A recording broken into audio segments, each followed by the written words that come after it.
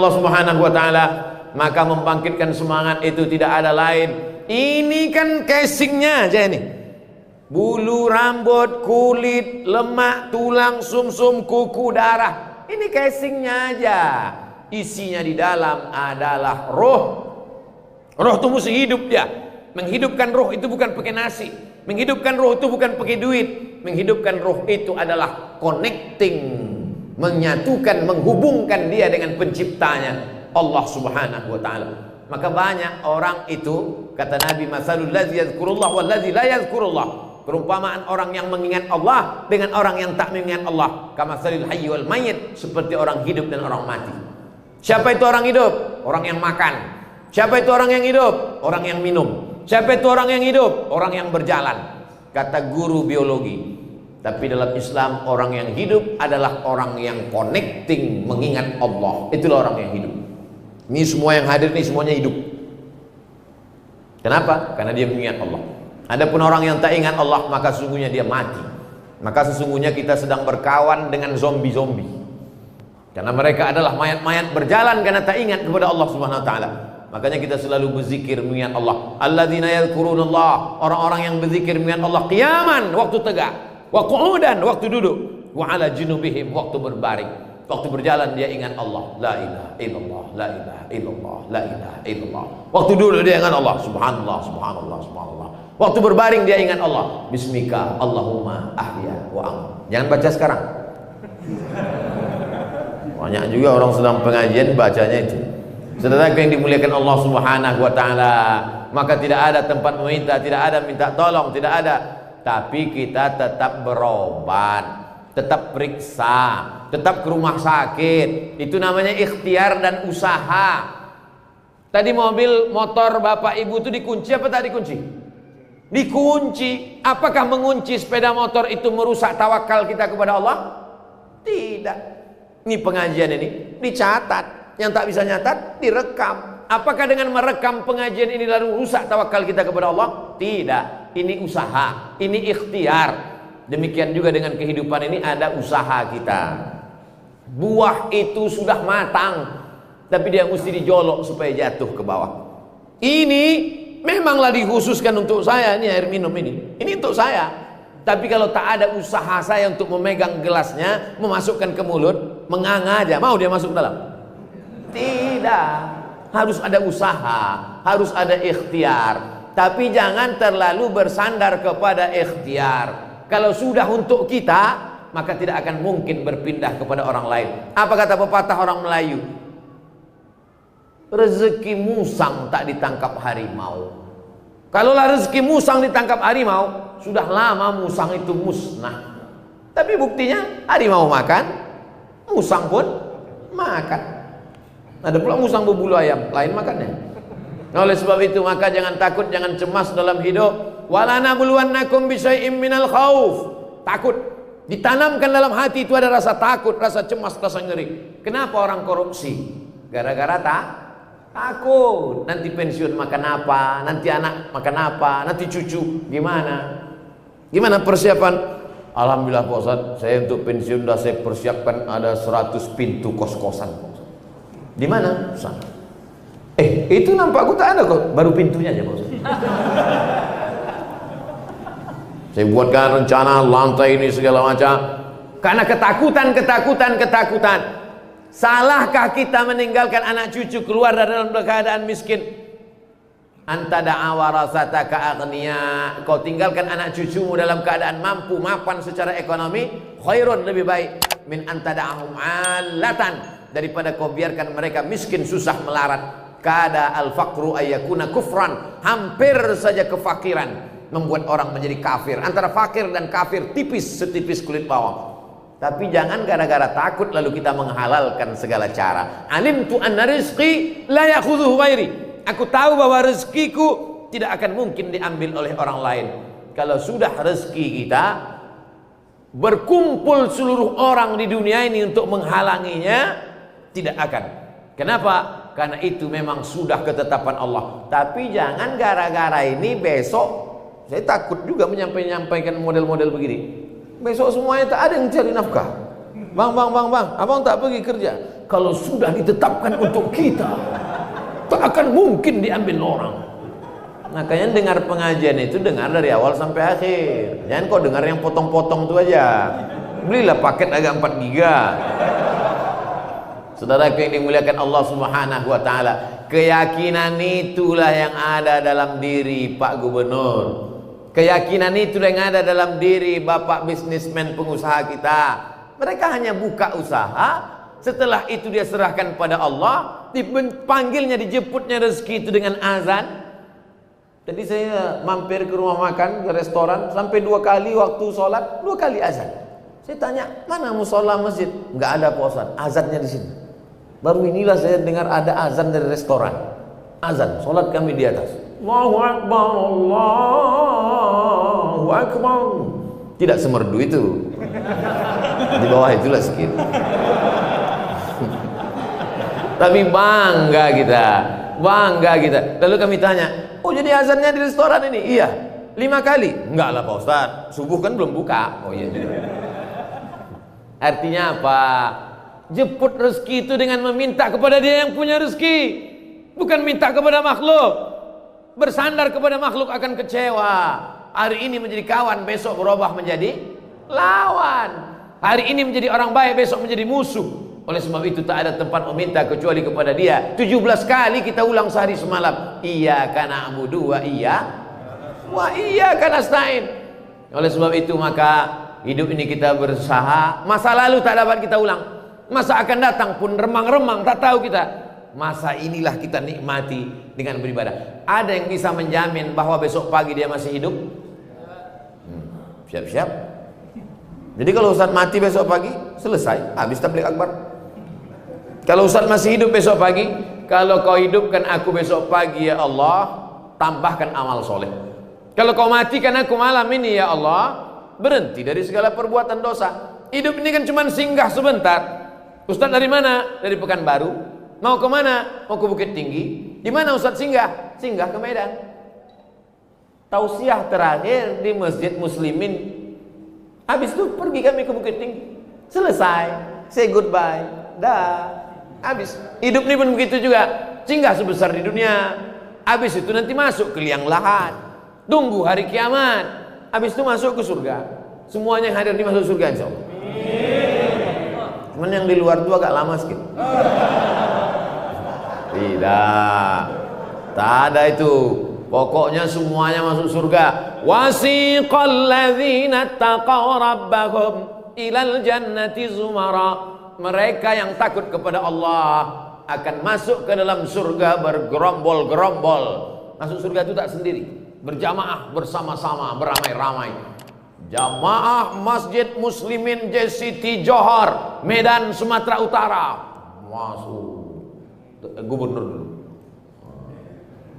Yang ada tanda tangan adalah dia menurut tanda tangan. Itu dulu, habis itu baru Ustaz bersama. Habis itu barulah ketua, sekretaris, bendahara yang lain. Ustaz ni ngomong ni ngawur. Enggak, ada dalilnya. Man qala la ilaha illallah Muhammadur Rasulullah dakhalal jannah. Siapa yang mengucapkan la ilaha illallah Muhammadur Rasulullah pasti masuk surga. Ini banyak pula yang ragu dia masuk surga.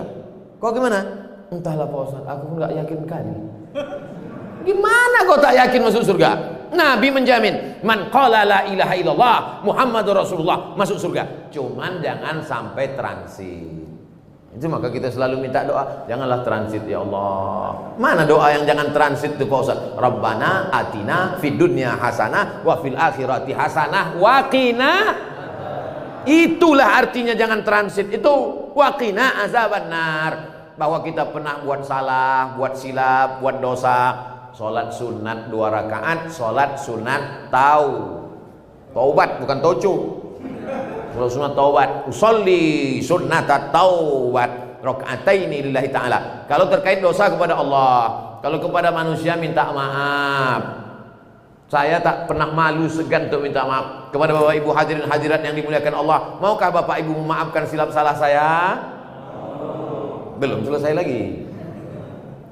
Oleh sebab itu jangan malu minta maaf. Pak Ustaz, saya sudah minta maaf tapi dia tak memaafkan saya. Bukan urusan. Yang penting kita udah minta maaf. Masalah dia maafkan atau tidak itu bukan urusan. Tapi jangan pula kita cakapkan gitu. Jangan pula besok pagi datang, aku minta maaf sama kau, terserah itu terserah kau lah, mau kau maafkan atau tidak. Kan begitu. Oleh sebab itu kita ini jangan sampai ada menzalimi orang, menyakiti orang, menganiaya orang, menempeleng orang, memukul orang, menteror orang, menyantet orang. Masalah kita dianiaya orang, masalah kita diejek orang, sesungguhnya pahala dia sedang mengalir transfer tak berhenti kepada kita. Makanya adik-adik tengok tuh haters yang mengejek-ejek, membuli saya. Pernah kalian tengok saya balas caci maki di Instagram? Pernah? Tak pernah. Orang saya tak tahu passwordnya. Saudara yang dimuliakan Allah Subhanahu wa taala, hidup ini kita ikuti saja realnya. Setelah itu kita serahkan kepada Allah, kita berikhtiar. Setelah itu kita minta kepada Allah, apa yang baik menurut engkau ya Allah. Kalau memang baik, berikan. Tapi kalau menurut ilmu engkau tak baik, alihkan. Banyak orang menyusun sesuatu, setelah itu dipaksanya Allah mengikuti kemauan dia. Ya Allah, aku minta begini, kalau kau tak kasih, parah kali lah.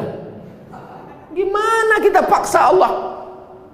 Saya ingat dulu ada orang cerita ke saya, Ustaz Somad, itu Bapak Gubernur Sumatera Utara itu, kalau dia mau memikirkan karirnya, bisa dia sampai bintang 4, bisa dia bahkan lebih daripada itu. Tapi ada yang dikorbankannya Pak Ustadz. Dia turun selangkah demi untuk menyelamatkan Sumatera Utara. Itulah usaha dia. Kalau setelah itu tidak juga, serahkannya kepada Allah. Orang cerita ke saya, oh begitu. Banyak orang gerasak gerusuk, seradak seruduk, menanduk ke depan, menyipah ke belakang, menyikut ke kiri, menghalalkan segala cara. Oleh sebab itu dalam Islam ini kita berusaha saja. Dulu saya kalau ceramah di mana-mana dipanggil sama protokol. Berikut ini mari kita dengarkan tausiah yang akan disampaikan oleh Dr. Abdul Somad. Padahal waktu itu saya masih LCMA, lagi cemas menghadapi anak-anak. Paksalah klarifikasi, mohon maaf Bapak Ibu, saya belum doktor. Tapi dalam hati saya yang paling dalam, saya mau kuliah. Datang adik kelas saya dapat beasiswa. Dia dapat beasiswa program 5.000 doktor. Mendaftar dia, diajaknya saya daftar. Dia dapat beasiswa. Saya 3 kali mendaftar, tak dapat beasiswa. Entah apa salah saya. Lalu kemudian setelah itu 24 Desember 2019 sidang dibacakan oleh Profesor Dr. Ali Omar Al-Ma'ruf Ali. Dengan ini kami bacakan hasil sidang. Abdul Somad mendapat gelar PhD Doctor of Philosophy dengan judul disertasi Syekh Hasyim Asy'ari wa atharuhu wa jihaduhu wa juhuduhu fi khidmati sunnah fi Indonesia dengan nilai cum laude. Wah, viral. Desember. Habis itu bulan Februari pergi saya ke Brunei Darussalam. Datang Pak Rektor Universiti Islam Sultan Syarif Ali. Diserahkannya satu lembar besar penyerahan. Dengan ini kami lantik Abdul Somad sebagai visiting profesor. Mohon nanti Ustadz kalau kemana-mana tulis itu di belakang nama Ustadz, Profesor Abdul Somad. Tak pernah saya cari-cari, tak pernah saya minta-minta, tak pernah sekalipun saya minta kepada Allah, ya Allah kasihlah aku profesor, aku membuat kartu nama sebesar amplop. Tak pernah. Sampai sekarang saya tak punya kartu nama, tak ada kartu nama. Makanya sekarang segan kadang kalau jumpa sama pejabat itu, ini kartu nama saya Pak Ustadz. Tak kartu nama sampai sekarang. Karena kalau saya buat panjang sekali itu, Datuk Seri Ulama Setia Negara Kai Jaga Mangkudilaga Profesor Dr. Abdul Somad LCD SE PhD MA. Panjang kali, 2 kali 3 baris. Tapi di mana-mana saya minta supaya tulis pendek saja, 3 huruf cukup. UAS. Ini deh. Ini dikasih orang. Saudara yang dimuliakan Allah Subhanahu wa taala, saya cerita ini ke anak-anak bapak, ke anak ibu untuk motivasi dia supaya belajar. Aku tak perlu mengenalkan diriku kepada lovers karena mereka mencintai aku. Dan aku tak perlu menjelaskan diriku kepada haters karena itu tak merubah keyakinan mereka terhadap aku. Tapi perlu kuceritakan kepada anak-anakku untuk membangkitkan semangat mereka belajar. Tuntutlah ilmu walau ke negeri Cina. Kenapa disebut negeri Cina? Karena itulah negeri yang paling jauh dari kota Makkah, dari Nabi Muhammad SAW. tapi ada makna kedua, karena peradaban yang luar biasa. Waktu itu kertas. Ada Bapak Ibu mendengar Quran itu ditulis di kertas zaman Nabi? Tak ada. Kertas ditulis di pelepah korma, kertas ditulis di tulang onta, kertas ditulis. Waktu itu yang ada kertas adalah di negeri Cina. Nabi ada menyebut utlubil ilma walau bisin, sin. Karena waktu itu mereka membuat bubur kertas dari bambu. Bambu itu mereka buat bubur, lalu kemudian dijemur kering, itulah dia menjadi kertas. Lalu kemudian datanglah masa berikutnya, Quran ditulis di kertas, sampailah kita hari ini. Jadi jangan bayangkan Quran itu turun dari atas langit, kertas turun. Tidak. Quran itu adalah suara yang masuk ke telinga Nabi. Setelah itu Nabi membacanya, didengar oleh sahabat Nabi. Sahabat membacanya, didengar oleh tabi'in. Tabi'in membacanya, didengar oleh tabi'in. Sampailah ke guru-guru kita, sampailah ke kita hari ini, sampailah ke qari tadi. Oleh sebab itu ayat yang pertama turun, kita disuruhnya selalu membaca, baca dan membaca. Tengok bule-bule itu di airport menunggu pesawat, baca. Orang kita tebal betul buku untuk bantal i'tikaf. Saudara yang dimuliakan Allah Subhanahu wa taala, maka masa depan ini adalah bagi orang yang punya semangat luar biasa. Tapi kalau sudah semangat ini tak ada, duit banyak, kehilangan semangat. Angka bunuh diri terbesar di dunia bukan di Afrika, negeri yang miskin susah melarat. Nah, angka bunuh diri terbesar di dunia bukan di Indonesia. Angka bunuh diri terbesar di dunia di Amerika. Orang-orang kaya bunuh diri karena putus asa, bukan putus belanja. Putus asa. Diminumnya, mati. Menabrakkan mobil, mati. Terjun dari atas gedung bertingkat, mati. Dan mereka bawaannya ketakutan aja. Orang di Amerika tuh bawaannya takut, cemas. Kalau dia duduk-duduk di tepi pantai takut. Apa yang ditakutkannya? Naik makhluk dari dalam laut itu, namanya Godzilla.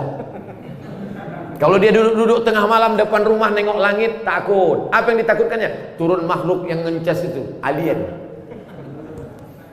Menengok mobil parkir pun dia takut. Takut dia mobil ini berubah jadi makhluk, transformer.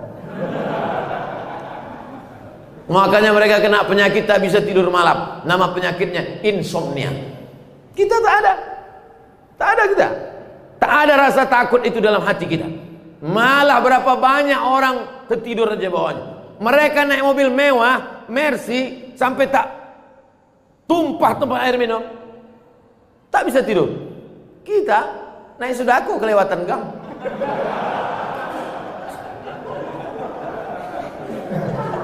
Masih ada Sudaku di mana? Alhamdulillah. Mereka tak bisa tidur 2 hari 2 malam, sampai makan, sampai pakai narkoba baru bisa tidur. Kita enggak. Asal nampak muka Ustaz tuh menguap. Kecuali jamaah Masjid Muslimin JCT. Tak ada, dari tadi aku tengok semua. Apalagi yang berdiri-berdiri itu. Cuma mau ngantuk berdiri. Masya Allah, tabarakallah. Tadi saya mulai ceramah ini jam 9 kurang 15. Nanti 10 menit lagi jam 10 kurang 15 baru saya jawab pertanyaan. Belum habis sudah nampak kartu kuning. Saudaraku yang dimuliakan Allah Subhanahu wa taala, judul yang dikasih sama saya, bagaimana membangkitkan semangat. Karena kalau sudah semangat, orang Melayu itu kalau dia semangatnya turun dibuatnya tepung tawar. Kalau orang Aceh namanya pesejuk. Kalau orang Batak namanya upah-upah tondi. Sama, diambilnya beras dikasihnya kunyit, horas kata dia. Diambilnya air di gini-gini kan ya. Itu kata dia untuk membangkitkan semangat. Itu tradisi, local wisdom. Tapi sebetulnya di balik itu adalah ingin memberikan semangat. Dikasihlah ayam, lalu kemudian dipanggang kasih pulut kuning, diangkatkan kepalanya, semangat kok ya, semangat ya, kata dicuruskan. Apa tak semangat, sebesar-besar ini suapnya. Megap-megap kan tuh saking semangat. Anak-anak sekarang caranya tidak lagi pakai balai-balai itu. Apa dibuatnya untuk ngasih semangat? Surprise. Pas hari ulang tahun buka pintu, wah, diikatnya tiang listrik. Pas hari ulang tahun dipukulkannya telur busuk kepala, siram air comberan, koslet mati. Bukan begitu cara membangkitkan semangat. Membangkitkan semangat itu adalah beribadah. Membangkitkan semangat hidup adalah menengok orang mati. Tadi saya ziarah ke makam. Dulu kerajaan Delhi ini sultan, dipimpin oleh sultan. Tapi dalam bidang agama dipimpin oleh mufti. Kalau bidang negara dipimpin oleh sultan. Di bidang agama dipimpin oleh mufti. Muftinya tamat langsung dari Masjidil Haram. Namanya Syekh Hasan Maksum. Siapa namanya? Syekh Hasan Maksum. Lalu kemudian Syekh Hasan Maksum ini punya murid, namanya Syekh Muhammad Arsyad Talib Lubis. Tadi saya dibawa ziarah ke makam di Sungai Kerang, dekat sungai. Kalau disuruh cari tak ingat saya lagi. Sampai di situ duduklah saya di makam. Oh, Tuan Syekh, tertulis di nisan, meninggal tahun 1972.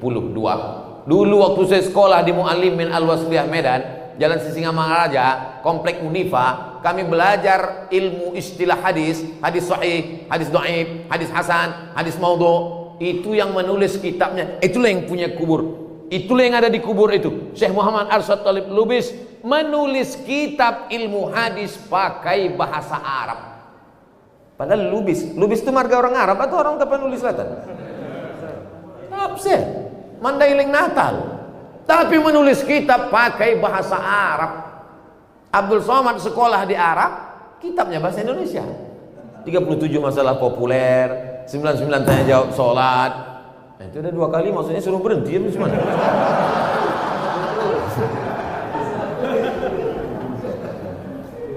Saya tanya di mana anak-anak almarhum ini? Tinggal satu lagi Pak Ustadz di Jakarta. Rumah almarhum di mana? Masih ada lagi Pak Ustadz, mau dijual dijadikan museum. Ternyata kalau kita meninggal dunia habis, tapi bukunya masih ada. Dan tak berhenti orang Sumatera Utara ini mendoakan dia. Jadi lama saya berpikir, 72 beliau meninggal, 2 tahun lagi berarti setengah abad, 50 tahun sudah meninggal, tapi orang masih ziarah ke makamnya, orang masih mendoakannya. Pergi pula kami ke Maktab Islamiyah Tapanuli, tempat berkumpulnya dulu ulama-ulama di Sumatera Utara sebelum berdirinya Al-Jamiatul Wasliyah. Nampaklah gambar Tuan Syekh Muhammad Yunus HM Yunus yang memberi nama Al-Jamiatul Wasliyah. Nampak pula di situ gambar Syekh Ismail Banda. Nampak di situ gambar Tuan Syekh Abdurrahman Syihab. Nampak di situ gambar Tuan Syekh Muhammad Arsyad Talib Lubis. Berkumpul ulama-ulama Sumatera Utara. Sumatera Utara ini tanah yang subur, maka datanglah orang dari berbagai negeri kemari. Semua orang paling lengkap dari mulai atas, Aceh, Sumatera Utara, Riau, Sumatera Barat, Jambi, Palembang, Bengkulu, Lampung, yang paling lengkap semua orang ada di Sumatera Utara. Di mana ada gula, di situ ada semut. Semua suku ada di situ. Bukan cuma lokal Indonesia, datang dari negeri. Untuk yang dari India, ada kampung Kelik. Tersinggung orang itu marah, jadi robaskan namanya kampung Madras. Tak boleh. Lalu kemudian sampai hari ini masih ada lagi rumah Chong Api. Makanya saya pernah diwawancarai oleh VOA Amerika. Bagaimana itu tentang orang Islam bisa menjaga keberaneka-ragaman, tentang bagaimana orang Islam di Indonesia bisa menjaga. Saya bilang, kalian kalau cuma mencari berita melalui internet tak bisa, banyak isunya, banyak hoaxnya. Kalau kalian mau tahu bagaimana orang Islam bisa hidup berdampingan dengan non-muslim, datang kalian ke Medan. Kalian tengok rumah Chong Api, kalian tengok kampung Madras, kampung Keling, kalian lihat bagaimana keberaneka-ragaman. Datang kalian buat penelitian. Masih ada rekamannya. Cari di channel Ustaz Abdul Somad Official. Subscribe, like, and share. Saudara yang dimuliakan Allah Subhanahu wa Ta'ala. Jadi Sumatera Utara ini tanahnya subur, tidak hanya mengeluarkan tembakau Delhi, tapi juga mengeluarkan ulama-ulama. Maka zaman berzaman, zaman berganti, di masa akan datang saya tetap positif. Dari Medan, dari Sumatera Utara akan lahir orang-orang yang berprestasi. Kenapa? Anak-anak inilah penerus kita insya Allah. Jadi tetap semangat. Jangan sampai Bapak Ibu kehilangan semangat.